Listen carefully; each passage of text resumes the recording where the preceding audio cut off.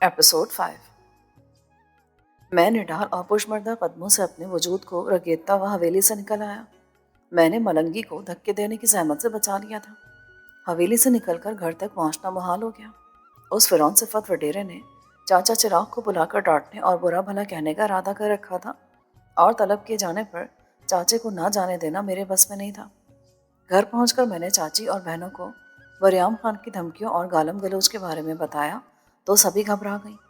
نورپور میں رہتے ہوئے وریام خان کو ناراض کرنا بڑا کٹھن اور جانکش کام تھا، جو میں نادانی کی بدولت سر انجام دے آیا تھا۔ سبھی نے اپنے اپنے انداز میں مجھے کوسا کہ مجھے خان کے سامنے ایسی باتیں نہیں کرنی چاہیے تھیں۔ وہ بڑا تھا اور مجھے اپنی اوقات میں رہ کر محض جی خان جی ہی کہنا زیب دیتا تھا۔ ملنگی نے دوپہر سے پہلے ہی چاچا کو کھیتوں میں جا پکڑا اور خان جی کی عدالت میں پیش کر دیا۔ جب دوپہر کو چاچا گھر میں داخل ہوا تو اس کی حالت خاصی غیر تھی۔ میں نے چور نگاہوں سے اسے دیکھا تو کٹ کر رہ گیا۔ اس کا چہرہ بھی فرط تصدیق سے سرخ تھا۔ کافی دیر تک وہ چارپائی پر سر جھکائے بیٹھا رہا۔ چاچی اس کی پائتی کی جانب بیٹھی اسے خاموشی سے دیکھتی رہی۔ جب وہ قدرے سمجھ گیا تو بولی، کیا بات ہے، تم کچھ زیادہ ہی پریشان دکھائی دیتے ہو۔ اس نے ہاتھ سے میری طرف اشارہ کیا۔ پوچھو اپنے اس لاڈلے سے، ارے ادارے میں میری پکڑی اچھالی گئی، مجھے برا بھلا کہا گیا اور وہ فرط اشتعال و بے بسی سے اپنا جملہ بھی مکمل نہ کر پایا۔ چاچی نے دلاسا دیا، نادان ہے، برے بھلے کی تمیز نہیں رکھتا۔ تم نے خان جی کو سمجھانا تھا نا کہ خاک سمجھاتا۔ اس نے میری کوئی بات ہی نہیں سنی، بس ماں بہن کی گالیاں دیتا رہا اور بار بار کہتا رہا کہ میں دیکھوں گا اب کیسے وہ اسپتال میں قدم رکھتا ہے۔ میں نے اسے کئی بار کہا کہ اسپتال جانا چھوڑ دے، پر یہ نہیں مانا۔ آج اس کی ضد کی وجہ سے مجھے یہ دن دیکھنا پڑا۔ میں سر جھکائے بیٹھا رہا۔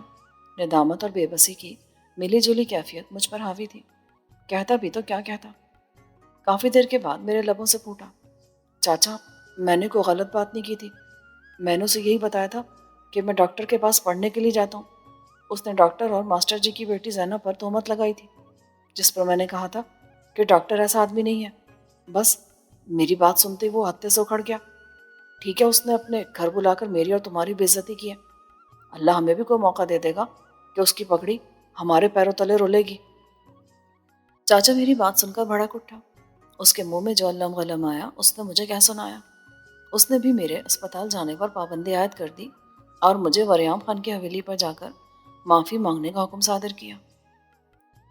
میری آنکھوں کے سامنے ڈی ایچ او کے مقابل چٹانوں کی طرح استادہ ڈاکٹر شاہ جی کا چہرہ لہرا گیا۔ اس نے معافی نہیں مانگی تھی، معزول ہونے پر خود کو آمادہ کر لیا تھا۔ میں نے بھی آن کی آن میں فیصلہ کر لیا۔ مجھے نورپور سے نکالا جا سکتا تھا، مجھے پنچایت میں مجرم بنا کر کھڑا کیا جا سکتا تھا، اور بس شاہ جی کو اگر ہزاروں روپے کی نوکری کی فکر نہیں تھی تو اس کے مرید کو کیا فکر لاحق ہو سکتی تھی۔ تبھی میں نے کہا، چاچا میں زندگی میں کبھی خان کی حویلی پر معافی مانگنے کے لیے نہیں جاؤں گا۔ اور تجھے جانا پڑے گا۔ دیکھ سرور مائی، اپنے پتر کو سمجھا لے، اسے حویلی پر بھیج دے، ورنہ ہم سب کے لیے بہت برا ہوگا۔ چاچا خاصا برانگیختہ ہو گیا تھا۔ میں نے پھر انکار کیا۔ ایسے میں پروین میرے قریب ہو گئی، میرے گالوں پر ہاتھ رکھ کر بولی، بھائی ضد نہ کر، دیکھنا سب لوگ کتنے پریشان ہیں، میرا تیرے سوا اور ہے بھی کون، تجھے کچھ ہو گیا تو میں کدھر جاؤں گی۔ اللہ کا نام لے، دیکھ شرے میں تیرے آگے ہاتھ جوڑتی ہوں۔ میں ٹھٹک گیا۔ پروین کی آنکھوں میں موٹے موٹے آنسو تھے اور لجائی اور سماجت بھری نگاہوں سے مجھے دیکھ رہی تھی۔ ایسے ہی وقت میں مجھ پر جہان ادراک کھلا۔ شاہ جی اور اپنی حیثیت کا فرق معلوم ہوا۔ اس کا اس دنیا میں کوئی نہیں تھا جس کے آنسو اسے شکست سے دوچار کرتے، جس کا دکھ اسے رلاتا، جبکہ میری ایک بہن تھی جس کا اترا ہوا چہرہ مجھ سے ہر بات منوا سکتا تھا۔ مخمصت پھیل کر دل و دماغ کو اپنے حصار میں لینے لگا۔ میں نے پروین کے آنسو پوچھے، دلاسا دیا اور خاموشی سے سر جھکا لیا۔ چاچی کی بیٹیوں نے بھی مجھے سمجھانے کی کوشش کی۔ میں احتجاجاً کھانا کھائے بغیر گھر سے نکل آیا۔ میرا رخ نورپور کے ویگن سٹینڈ کی طرف تھا۔ میری توقع کے مطابق کھالے کی ویگن سٹینڈ پر موجود تھی اور شیدو بڑی سی ٹاکی سے ویگن کا نہ چمکنے والا بونٹ چمکانے کی کوشش کر رہا تھا۔ میں نے بخشو لوہار کو سلام کیا، دکان کا عقبی دروازہ عبور کیا اور کھالے کے گھر میں داخل ہو گیا۔ ماسی صفو پہلو میں پانی کا بھرا ہوا گھڑا دبائے دیوار کے ساتھ پڑی چوبی گھڑونچی کی طرف جا رہی تھی۔ خالے کی بہن خالدہ صحن میں تنی ہوئی تار پر دھلے ہوئے گیلے کپڑے پھیلانے میں مصروف تھی۔ مجھے دیکھ کر ماتھے پہ ہاتھ رکھ کے بولی، سلام صاحب جی، بڑے دنوں کے بعد راستہ بھولے آپ؟ وہ بہت شریر اور کھلنڈری لڑکی تھی، خالے سے محض 2 سال چھوٹی تھی۔ ان پڑھ ہونے کے باوجود ایسی باتیں کر جاتی کہ سننے والا دم بخود رہ جاتا تھا۔ عمومی طور پر مجھے بھائی جبکہ چھیڑنے کے غرض سے صاحب جی کہا کرتی تھی۔ میں نے نیم دلی سے سلام کا جواب دیا اور خالے کے کمرے میں گھس گیا۔ خالے کو میں نے بستر پر نیم دراز پایا۔ مجھے دیکھ کر وہ اٹھ بیٹھا، او خیر نہیں لگتی سجن جی۔ میں ٹوٹی باہ والی کرسی گھسیٹ کر اس کے چارپائی کے قریب ہو بیٹھا۔ اس نے بلند آواز میں ہانک لگائی، بلو اب تو چائے بنا لا، دیکھ تیرا دوجا ویر بھی آ گیا ہے۔ گھر میں خالدہ کو پیار سے بلو کہہ کر پکارا جاتا تھا۔ وہ جواباً چلائی، صاحب جی کو تو چائے پینے کے سوا اور کوئی کام ہی نہیں ہے، جب کہیں نہیں ملتی تو یہاں بھاگا چلا آتا ہے اور کہتا ہے میں ملنے کے لیے آیا ہوں، تھوڑے سے کپڑے رہ گئے ہیں تار پر ڈال لوں پھر چائے بنا لاؤں گی۔ بڑی جھلی کڑی ہے، ذرا خیال نہیں کرتی کہ کیا کہنا اور کیا نہیں کہنا۔ چل چھوڑ، صفر پر آؤٹ ہونے والے جیسوریا جیسا منہ کیوں بنا رکھا ہے؟ میں نے طویل سانس لی اور اسے الف سے یہ تک تمام رودات کہہ سنائی۔ وہ اپنی عادت کے مطابق بڑی توجہ اور انہماک سے سنتا رہا۔ میرے خاموش ہونے پر بولا، تو نے بڑی غلطی کی شہرے، تمہیں کیا ضرورت تھی خان جی کے سامنے شاہ جی کی وکالت کرنے کی؟ کہہ دیتے کہ آئندہ نہیں جاؤں گا، مگر دیکھ بھال کر جاتے رہتے۔ خیر اب بھی ایک راستہ ہے۔ وہ کون سا؟ میں نے جلدی سے پوچھا۔ تم جا کر امیر نواز سے بات کرو، وہ تمہیں لے کر حیات خان کے پاس چلا جائے گا، تم اسے قائل کرنا۔ امید ہے وہ تمہاری بات سمجھ جائے گا اور وریام خان کو سمجھا بجھا کر ٹھنڈا کر دے گا۔ مجھے حیرت ہوئی، خالے نے کیسے چٹکی بجاتے ہوئے میرا مسئلہ حل کر دیا تھا؟ مجھے یہ خان لوگ خالہ کہتے ہیں، تم بھی کہتے ہو، مگر تم پیار سے کہتے ہو، وہ نفرت سے کہتے ہیں۔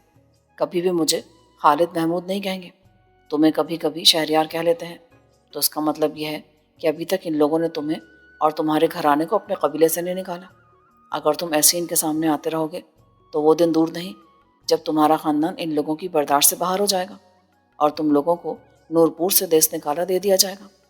میں نے کئی مرتبہ تمہیں سمجھانے کی کوشش کی ہے کہ تم پڑھ لکھ کر کو افسر شفسر لگ جاؤ اور اپنی بہن کو لے کر کسی شہر میں، کسی اور گاؤں میں جہاں ایسے وڈیرے اور خانزادے نہ ہوں نکل جاؤ، پر تم میری بات مانتے کہاں ہو؟ ہل چلاتے رہو گے، کھیتوں کو پانی دیتے رہو گے تو یہ لوگ تمہارا خون نچوڑ کر تمہیں کھوکھلا کر دیں گے، پھر یہ گالیاں دیں گے، تم سر نہیں اٹھاؤ گے، یہ جوتے ماریں گے، تم جوتے اٹھا کر انہیں تھماؤ گے، جیسے میرا باپ اور میں ہاتھ باندھ کر کھڑے ہو جاتے ہیں ان کے دربار میں، ایسے تم اور تمہاری آنے والی نسل دس بستہ ہوگی۔ پھر تم بلوچ نہیں رہو گے، کمین گنے جاؤ گے جیسے میرا خاندان۔ میں تعجب سے اسے دیکھنے لگا، وہ بہت گہری بات کر گیا تھا۔ میٹرک پاس ڈرائیور کے منہ سے ایسی باتوں کا جھڑنا حیران کن دکھائی دیتا تھا۔ یہ باتیں تم نے کہاں سے سیکھی ہیں؟ یہی باتیں تو ڈاکٹر شاہ جی کرتا ہے، وہ سنی سنائی اور کتابی باتیں کرتا ہے، میں تن پر بیتے ہوئے واقعات کے نتیجے بیان کرتا ہوں۔ ایسے میں خالدہ چائے کے 2 پیالے میلامائن کی نسبتاً میلی سی ٹرے میں رکھ کر لے آئی۔ وہ چارپائی پر ٹکاتے ہوئے بولی، لے صاحب جی، خالص دودھ میں پتی ڈال کر لائی ہوں، پیو گے نا تو اش اش کر اٹھو گے۔ خالے نے اسے آنکھیں دکھائی، ابھی تو تم کہہ رہی تھی کہ گھر میں دودھ نہیں ہے، اب دودھ پتی بنا کے لائی ہو، چکر دیتی ہو مجھے۔ نہیں بھائی، تم خاموش رہو، یہ میرا اور صاحب جی کا معاملہ ہے۔ پروین کیا کر رہی تھی؟ میں نے جھوٹ بولا، کڑھائی کر رہی تھی۔ ابھی سے؟ اس کی آنکھیں شرارت سے جلنے بجھنے لگی۔ کیا مطلب؟ میں نے گھورا، اپنی غزالہ سے جا کر پوچھ لو، تفصیل سے بتا دے گی۔ اس سے کیا پوچھوں؟ وہ یہی کہ لڑکیاں کڑھائیاں کب کرتی ہیں۔ وہ منہ پر ہاتھ رکھ کر کھیکھی کرنے لگی۔ خالے نے ڈانٹا، چل دفعہ جا کر کپڑے دھو، دماغ ہے یا شیطان کا گھر۔ اس پر ڈانٹ کا کوئی اثر نہیں ہوا، کھلکھلا کر ہنسی اور پہلوؤں پر ہاتھ رکھ کر لہراتی ہوئی کمرے سے نکل گئی۔ میں کھسیا گیا، اس کی بات کا مطلب سمجھے؟ نہیں۔ وہ بولا، جب لڑکیوں کی منگنی ہوتی ہے یا شادی طے پا جاتی ہے تو وہ اپنے جہیز کا سامان تیار کرنے بیٹھ جاتی ہیں، چادریں کاٹتی ہیں، سرہانے بناتی ہیں اور کپڑوں پر موتی ٹانکنے بیٹھ جاتی ہیں۔ میں پھیکے رو مسکرا دیا، مجھے یہ موضوع مضطرب کرتا تھا۔ چائے پینے کے بعد ادھر ادھر کی باتیں کرنے کے بعد میں خالے کے گھر سے نکل آیا، حیات خان کے دارے پر پہنچا، امیر نواز کا پتہ کیا۔ پتہ چلا کہ وہ جیت شاہ کے مزار کی طرف گیا ہے۔ جیت شاہ کا مزار میرے گھر کے جنوب مشرق میں واقع تھا۔ مزار کے بیرونی احاطے میں اسے نہ پا کر میں مقبرے میں داخل ہو گیا۔ اسے جیت شاہ کی سبز منقش چادر میں لپٹی لمبی سی قبر کے پہلو میں دونوں ہاتھ پھیلائے کھڑے دیکھا۔ میں جوتے اتار کر اس کے پہلو میں کھڑا ہو کر اس کے فارغ ہونے کا انتظار کرنے لگا۔ کنکھیوں سے اسے دیکھا تو تعجب ہوا۔ اس کی آنکھیں بند تھیں۔ آنکھوں کے گوشوں سے نم پانی کی 2 لکیریں پھوٹ کر رخساروں تک آ گئی تھیں اور ہونٹ بالکل ساکت تھے۔ وہ دل ہی دل میں کچھ مانگ رہا تھا، کچھ طلب کر رہا تھا۔ مجھے یہ امیر نواز بڑا عجیب لگا۔ کہاں وہ جو شراب کے نشے میں دھت اول فول بکتا ہوا، لڑکیوں کے جذبات خیز تذکرے کرتا ہوا لاپرواہ امیر زادہ، اور کہاں مزار پر اشکوں سے تر چہرہ لیے لب بستہ کھڑا مایوس طلبگار امیر نواز۔ کافی دیر گزر گئی، اس پر طاری کیفیت میں کوئی تغیر واقع نہیں ہوا تو میں نے کھنکار کر اسے متوجہ کرنے کی کوشش کی۔ اس نے چونک کر آنکھیں کھولی، مجھے دیکھا، پھر آنکھیں بند کر لیں۔ چند لمحوں کے بعد اس نے اپنے دونوں ہاتھ چہرے پر پھیرے، لمبی سانس پھیپھڑوں میں اتاری اور آنکھیں کھول دی۔ اسے شاید اپنے رونے کا احساس نہیں ہوا تھا۔ قدرے بیٹھی بیٹھی آواز میں بولا، ہاں بھائی شرے، کیسا آنا ہوا؟ یہ کیا ماجرا ہے؟ کیا؟ میں نے اس کی نم آنکھوں میں اشارتاً جھانکا۔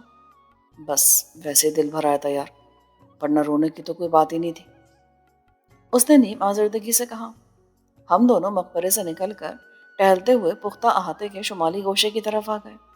میں نے اسے ماسی فاطمہ کے ڈاکٹر شاہ جی کے پاس آنے، اطلاع دینے اور وریام خان کے پر اشتعال رویے تک سارا ماجرا کہہ سنایا۔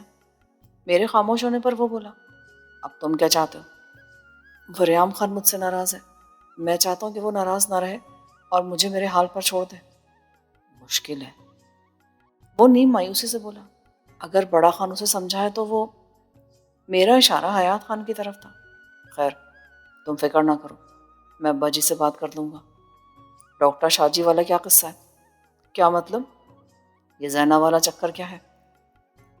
میں نے زینہ اور ڈاکٹر کے باہمی تعلق کی نوعیت پر 2 ٹک موقف اختیار کیا۔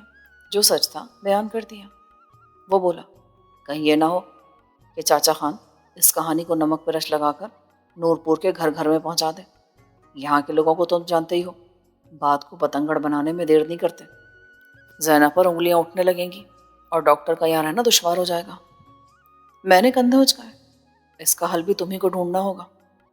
شاہ جی نے بڑی غلطی کی۔ کیا تھا؟ 2 گھڑی کو چلا جاتا اور مریضہ کو دیکھا تھا۔ اب چاچے وریام کو یہ ایڈوانٹیج بھی حاصل ہے کہ مریضہ اسما سردار حیدر خان کی بیٹی تھی، بیٹی بھی وہ جس پر اس کا باپ اور بھائی جان وارتے ہیں۔ جہاں تک میرا خیال ہے، ابھی چاچے وریام خان نے سردار حیدر خان تک یہ ماجرا اپنے مخصوص اشتعال انگیز انداز میں پہنچائے نہیں ہے، ورنہ اب تک ڈاکٹر شاہ جی کو نورپور کی گلیوں میں مردہ جانور کی طرح گھسیٹا جا چکا ہوتا، اس کی ہڈی پسلی ایک کر دی گئی ہوتی۔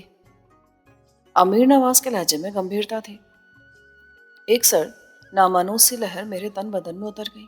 میں نے اسے بڑے رسان سے باور کرایا کہ ڈاکٹر شاہ جی کو نقصان نہیں پہنچنا چاہیے، ورنہ نورپور صحت کی غیر معمولی سہولتوں سے محروم ہو جائے گا۔ وہ خود بھی ڈاکٹر شاہ جی کا فین تھا، اس کے دل سے عزت کرتا تھا۔ اس نے مجھے دلاسا دیا۔ چونکہ وہ ابھی کچھ دیر مزار میں ہی رہنا چاہتا تھا، اس لیے میں اجازت لے کر جیت شاہ کے احاطے سے نکل آیا۔ میرے دل پر پڑے ہوئے بوجھ میں خاطر خواہ کمی واقع ہو گئی تھی۔ مجھے یقین تھا کہ امیر نواز بہت کم وقت میں اس گتھی کو سلجھا کر ڈاکٹر کو محفوظ کر دے گا۔ رات کو کھانے سے فارغ ہوتے ہی چاچا چراغ مجھے ایک بار پھر سمجھانے بیٹھ گیا۔ زمانے کی اونچ نیچ، جمع تفریق اور حیثیتوں کے تفاد کا فلسفہ میرے ذہن میں اتارنے لگا۔ میں سر جھکائے سنتا رہا۔ چاچا اپنی زندگی کے تجربات کا نچوڑ پیش کر رہا تھا، جبکہ میں غیر محسوس انداز میں خالے کی باتوں کو دل ہی دل میں دہرا رہا تھا۔ دونوں کی باتوں میں تضاد تھا۔ خالہ کہتا تھا، ایک بار جھکنے والا زندگی میں کبھی سر اٹھا کر بات کرنے کے قابل نہیں ہو پاتا۔ چاچا سمجھا رہا تھا کہ پھل سے لدی ٹہنی ہی جھکی رہتی ہے، جس شاخ پر پھل نہیں لگتا وہ جھکتی نہیں بلکہ ہواؤں کے دوش پر تڑپتی مچلتی رہتی ہے۔ خالے کی باتیں دل کو لگتی تھیں، چاچے کی باتیں کھوکھلی اور اجنبی سے محسوس ہوتی تھیں۔ یک طرفہ گفتگو کی اس نشست میں چاچی اور پروین نے بھی حصہ ڈالا۔ میں نادان نہیں تھا، مگر اس گھڑی نادان بنا بیٹھا سر افکندہ سن رہا تھا، اس بات میں سر دھن رہا تھا۔ وقتی طور پر اسی خاموشی اور ثبات میں ہی عافیت تھی۔ رات بستر پر میں کروٹیں بدلتا رہا، ذہن بار بار شاہ جی کی طرف چلا جاتا۔ وہ مجھے بہت پیارا تھا، اسے پہنچنے والے نقصان کے اندیشے نے مجھے بے چین کر رکھا تھا، مبادا کہ کچھ ہو نہ جائے۔ باوصف اس کے کہ امیر نواز نے مجھے مضبوط تسلی دی تھی، میرے دل میں ان گنت وہمیں سرسرانے لگے تھے۔ کئی مرتبہ جی چاہ کہ خاموشی سے اٹھ کر اسپتال چلا جاؤں اور اپنی آنکھوں سے اسے صحن کے وسط میں چارپائی پر لیٹے دیکھاؤں، مگر مصلحت آڑے آئی۔ الگ صبح کھال کے ساتھ ساتھ چلتا ہوا میں اسپتال پہنچا۔ کھال چونکہ سطح زمین سے 3-4 فٹ بلند تھا، اس لیے کھال پر کھڑا ہو کر دیکھنے سے اسپتال کا مکمل اندرونی منظر دکھائی دیتا تھا۔ سب کچھ معمول کے مطابق ہی دکھائی دے رہا تھا۔ میں ارد گرد دیکھتا ہوا 4 دیواری کا ٹوٹا ہوا حصہ عبور کر کے اینٹوں کی روش پر آ گیا۔ صبح کے ملگوجے ماحول میں پہلے بھی بارہا شاہ جی کے کوارٹر میں آ چکا تھا۔ وہ منہ اندھیرے جاگ جانے کا عادی تھا۔ نماز پڑھنے کے بعد کھیتوں میں چہل قدمی کرنا اس کا معمول تھا، مگر آج جو محسوس ہوتا تھا جیسے وہ ابھی تک جاگا نہیں، یا اگر جاگ بھی گیا ہے تو کوٹھی سے باہر نہیں آیا۔ چھوٹے کوارٹروں میں زندگی ہڑبڑا کر بیدار ہو چکی تھی۔ برتنوں کی کھنک اور جھاڑو کی مخصوص آواز ہر آباد کوارٹر سے برآمد ہو رہی تھی۔ میں آہستہ روی سے چلتے ہوئے ڈاکٹر کی کوٹھی کے سامنے آیا۔ دروازہ حسب معمول چوپٹ کھلا ہوا تھا۔ میں بیرونی دروازہ عبور کر کے کوٹھی میں داخل ہوا۔ ادھر ادھر دیکھا مگر صحن میں کہیں بھی شاہ جی دکھائی نہیں دیا۔ میرا دل یکبارگی ہول کھانے لگا۔ اس وقت تک بیڈ روم میں رہنا اس کے معمول کا حصہ نہیں تھا۔ وہ اپنے بیڈ روم میں بھی نہیں تھا۔ میں نے دھڑکتے دل سے کوٹھی کے بقیہ دونوں کمرے اور کچن بھی دیکھ ڈالا، پر وہ کہیں دکھائی نہ دیا تو میری پریشانی میں اضافہ ہو گیا۔ خالی الذہنی کی کیفیت سے 2-4 برآمدے میں اپنے پہلوؤں پر ہاتھ رکھ کر میں کھڑا ہو گیا۔ میں نے شاہ جی کو 2-3 مرتبہ پکارا مگر آواز نہیں آئی۔ پھر میری آواز خاصی بلند ہو گئی مگر بے سود۔ ایسے ہی وقت میں میرے عقب میں ایک نامانوس اور سماعت شکن آواز گونجی۔ میرا دل اچھل کر حلق میں آ گیا۔ غیر ارادی طور پر میں ایڑیوں کے بل گھوما اور ایک عجیب اور نہ سمجھ میں آنے والا منظر میری نگاہوں کے سامنے تھا۔ بانس کی بنی ہوئی عام طرز کی سیڑھی میری نگاہوں کے عین سامنے برآمدے کے دونوں ستونوں کے بیچ ہوا میں معلق تھی۔ چند ہی لمحوں میں وہ نیچے کی اور تیزی سے سرکتی ہوئی سطح زمین پر ٹک گئی۔ مجھے یہ سمجھنے میں کچھ ہی دیر لگی تھی کہ چند لمحے پیشتر سنائی دینے والی مہیب آواز سیڑھی کے پختہ منڈیر سے رگڑ کھانے سے پیدا ہوئی تھی۔ مجھ پر تسلط جمانے والا خوف تحلیل ہو گیا، مگر دھڑکن ابھی بھی تیز تھی۔ میں لپک کر برآمدے سے نکل کر صحن میں آیا۔ اوپر دیکھا تو ایک طویل سانس میرے حلق سے خارج ہو گئی۔ شاہ جی کھجور کی بنی ہوئی چٹائی میں اپنا بستر لپیٹے بغل میں دابے سیڑھی کے ڈنڈوں پر سنبھل کر اترتا دکھائی دیا۔ مجھے دیکھ کر وہ ذرا سا مسکرایا۔ حیران ہو گئے نا؟ میں خاموش رہا۔ چند ہی لمحوں میں وہ زمین پر تھا۔ اس نے لپٹا ہوا بستر میرے حوالے کیا، سیڑھی کو زمین پر اتارا اور اٹھا کر اسٹور میں جا رکھا۔ میں نے بستر اس کے بیڈ روم میں لے جا کر بان کی چارپائی پر رکھ دیا۔ وہ بھی کمرے میں آ گیا۔ آپ رات کو چھت پر سوئے تھے؟ ہاں۔ مگر کیوں؟ اس نے میری کیوں کا جواب دینے کی بجائے بات بدل دی۔ کیا تم نماز پڑھ چکے ہو؟ مجھے دیر ہو رہی ہے، میں بھی نماز پڑھ لوں، پھر دونوں واک کے لیے نکلتے ہیں۔ میں تمہیں راستے میں چھت پر سونے کی وجہ بتاؤں گا۔ یہ کہہ کر وہ کمرے سے نکل گیا۔ میں نے کندھے اچکا کر اس کا بستر چارپائی پر کھول دیا۔ میرے بدن کو جھٹکا سا لگا اور میں بے اختیار چند قدم پیچھے ہٹ گیا۔ بستر کھلتے مجھے چمکدار سیاہ رنگ کی رائفل دکھائی دی تھی، جسے میں نے پہلے کبھی نہیں دیکھا تھا۔ حالانکہ میں نے بارہا شاہ جی کی کوٹھی کی صفائی ستھرائی بھی کی تھی، مختصر سے سامان کی ترتیب کو بھی کئی مرتبہ بدلا تھا۔ میں چند لمحوں تک اسے یوں خوفزدگی کے عالم میں دیکھتا رہا جیسے وہ آپ و آپ چل کر میرا سینہ چھلنی کر دے گی۔ چند لمحوں کے بعد میں نے بدست احتیاط اسے اٹھایا، ڈرتے ڈرتے معائنہ کیا اور پھر بستر پر رکھ دیا۔ بالکل ایسی ہی ریپیٹر گن میں نے امیر نواز کے پاس دیکھ رکھی تھی۔ تقریباً 2.5 فٹ لمبائی کی حامل اس گن کی حشر سامانیاں بھی میں نے دیکھ رکھی تھی۔ امیر نواز جب بھی اپنے شہر سے آنے والے دوستوں کے ہمراہ شکار کی غرض سے دریا سندھ کے مشرقی کنارے پر واقع بیلے میں جاتا تھا تو مجھے بھی ساتھ لے جاتا تھا۔ وہاں مرغابی، سور اور تلور کا شکار بکثرت ملتا تھا۔ اس کی نالیوں سے کیا نکلتا ہے، کارتوس اور گولی میں کیا فرق ہوتا ہے، یہ سبق میں نے ملتان کالج کے ہاسٹل میں پڑھ رکھے تھے۔ میں جانتا تھا کہ بندوق کے پیچھے آگ اور سامنے موت کھڑی ہوتی ہے۔ اس بندوق کے پیچھے شاہ جی کا کندھا تھا۔ مقابل کون تھا؟ وریام خان یا حیدر خان یا ان کا کوئی وفادار ہرکارہ؟ اس بارے میں قبل از وقت کچھ بھی نہیں کہا جا سکتا تھا۔ ڈاکٹر کے پاس یہ رائفل کہاں سے آئی تھی؟ میرے ذہن میں بار بار یہ سوال ڈنک مارا تھا۔